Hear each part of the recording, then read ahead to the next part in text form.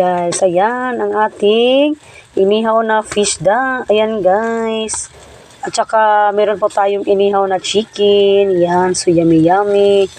Yummy, yummy ang ating chicken, guys. Masarap. Masarap ang ating ulam ngayong araw. Yan, guys. May iba na naman po tayo ngayon, guys. Yan. Yan, kain na po tayo mamaya, guys. Malapit na siyang maluto ang ating inihaw na fish da. At saka, yung ating inihaw na chicken. Ayan. Ang bango-bango ng ating ulam ngayon, guys. Ayan, sarap-sarap. Halina't kumain na po tayo, mga ka-friends ko dyan.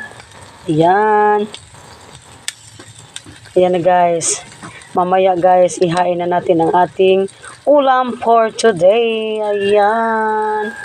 Yan, guys. Sarap. Thank you for watching, guys.